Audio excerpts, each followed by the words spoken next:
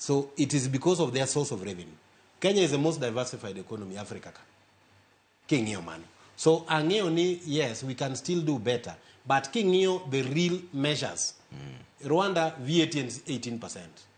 Uganda is 18. Tanzania is 18. Kenya is 16. We are lower than the rest. However, nitiere kuonde mamoko mabende wan malo. Mar ariyo, wacho gimoro ma very important. Cost of energy translates to cost of doing business. Or translate into manufacturing sector. Or meaning you ship jobs outside. Kembe dar Kenya kadhi oko. Nikech bech stima ni malo. Kawuono kidhi no penjo jo Kenyan, uso stima pesa di.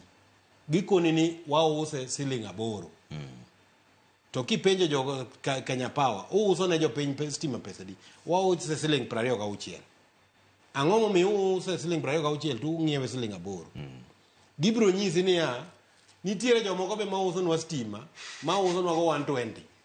Independent power producers. So kidwa fix economy marwa, you must fix the cost of doing business. Ayie kode.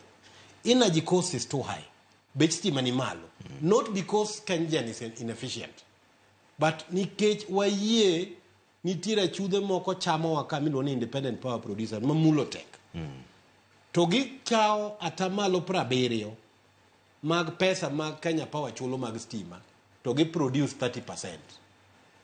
Kenyan chiwo 70, close to 70% of energy, to chulo gi 30% of collection mag Kenya Power. I don't know, hapa ni winyo mismatch. So we are paying a lot of idle time.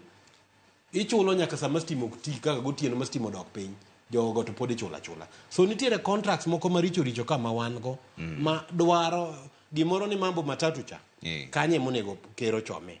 Wabro loso gap machando mar cost of living ma Kenya. Ando bro doke gik mang'eny. Mibadhi machando waka. Stima no kiduoko mirieyo. To kada bech mkate je duoko piny. Okay. Tire gimoro mabedhi idho ka irira mugi. Kosidwa medo wach mar stima no kapok